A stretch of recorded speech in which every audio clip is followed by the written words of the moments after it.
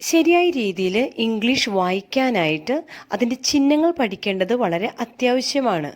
മലയാളത്തിലെ ചിഹ്നങ്ങളാണ് ക, ക, കി, കി, കു എന്നിങ്ങനെയുള്ള ചിഹ്നങ്ങൾ. അതേസമയം ഇംഗ്ലീഷിൽ A, E, I, O, U, Y എന്നിവയാണ്. ബി, എ, ബ, ബി, എ, ബാ, B, I, B, B, E, E, B, B, U, ബു, ബി, ഒ, ഒ, ബൂ, ബി, ഇ, ബേ, ബി, ഇ, ബേ, ബി, എ, ഐ, ബൈ, ബി, ഒ, ബോ, B, O, ബോ, ബി, ഒ, യു, ബൗ, ബി, ഒ, യു, ബൗ. Thank you.